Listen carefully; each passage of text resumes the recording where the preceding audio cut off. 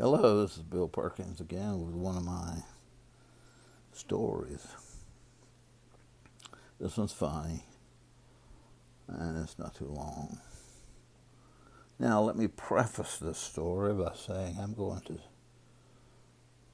name some names, and I want everyone to know that hears this, that those people that you hear their name,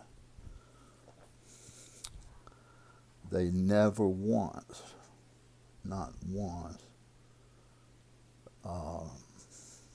did something wrong or said something wrong. They were the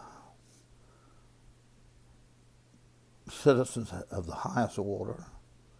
Their behavior in their lifetime, when I knew them, was exemplary in every way.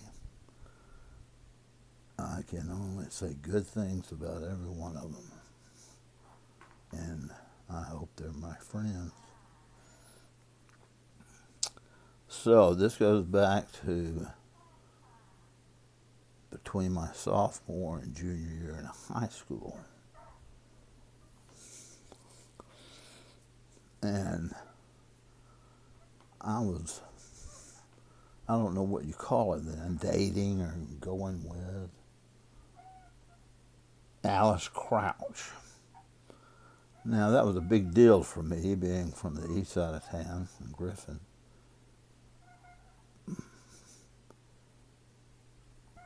What do you want? Come here. Oh, you won't get up there. Come here. Come here.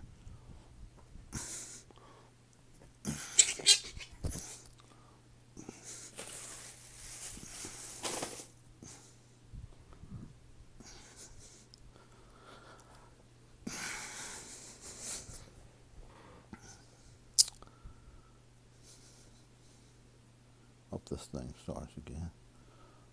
Alice Crouch. We were sweethearts, I guess you'd say.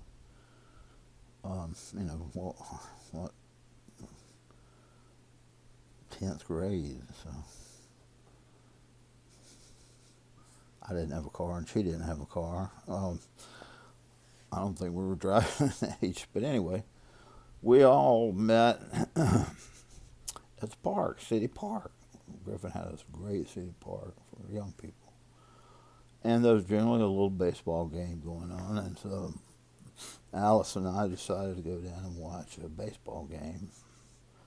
We were sitting in the stands, and one of her friends, Rilla Smith, came up and sat down on my left. Rilla's on my left, and Alice is on my right. And we're watching the ball game, and now let me tell you, I was proud to have Alice Crouch as my girlfriend because I was raised on the west side of town, and Alice was on the well-to-do side of town, and so my prestige level went up 100% when I was able to say to anybody that I was going with Alice Crouch. And she was cute too. So I was in good shape. So I was sitting there between Alice and Rilla, and I don't know why, but I looked down and I looked at Alice's legs, and they were skinny. For the first time, I noticed her legs were skinny. I looked over at Rilla's, and they weren't skinny. Rilla had some meat on her.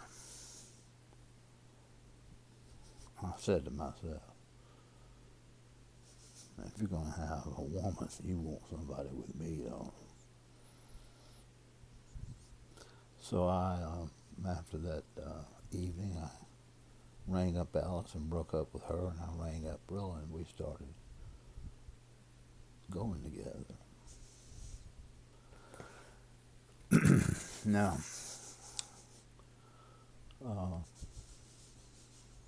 we would, like any other couple, Rilla and I would meet out at the park, And then we'd ease down to the shadows where the swings were, sit down and listen to Palisades Park and Downtown being played on them speakers.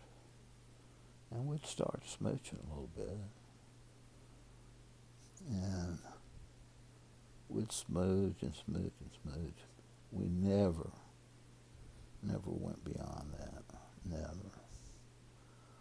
And we would leave, and next weekend we'd do the same thing. Well, one weekend,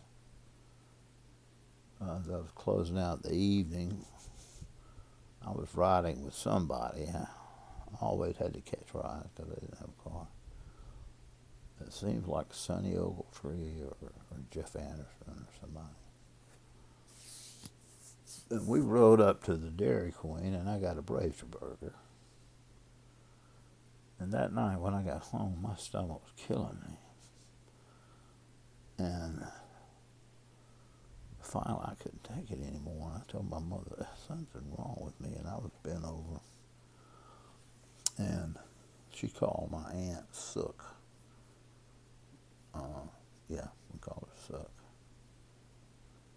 She came and got me into the hospital, and where I was diagnosed with appendicitis and operated on by that butcher doctor. I can't remember his name right now. Anyway, I had my appendix taken out at night. So, being the gracious young lady that she was, and I'm serious, she was a considerate young lady. I'm talking about Rilla. She came to see me in the hospital. Nobody had ever done that except my mother and my sister and my aunt, who could bring him in the car.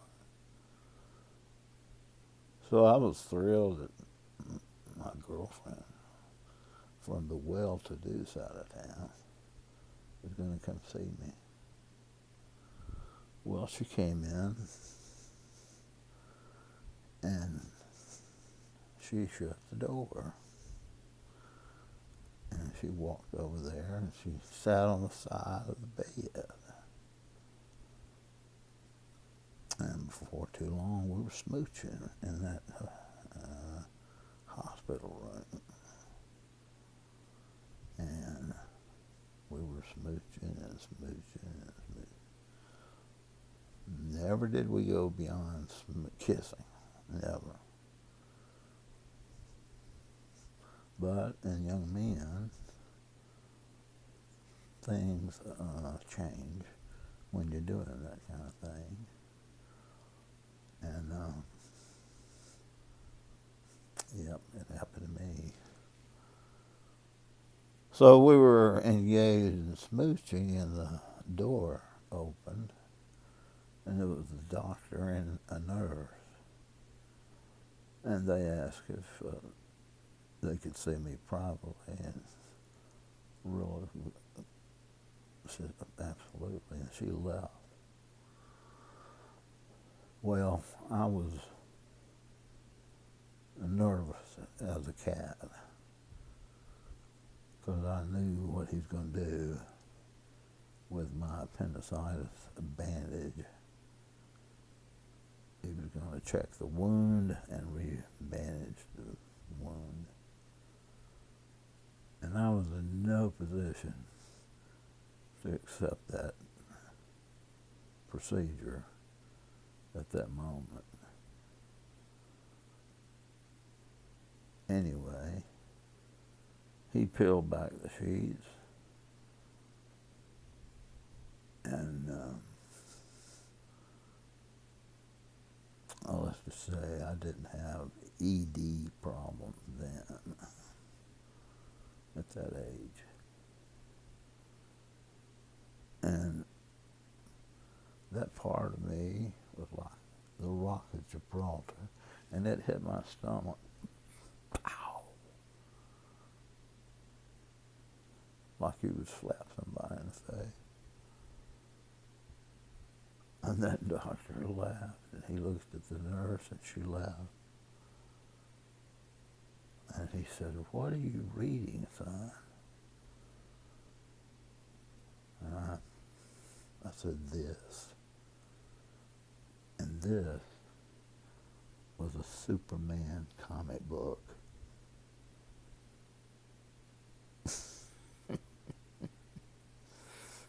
That's my story.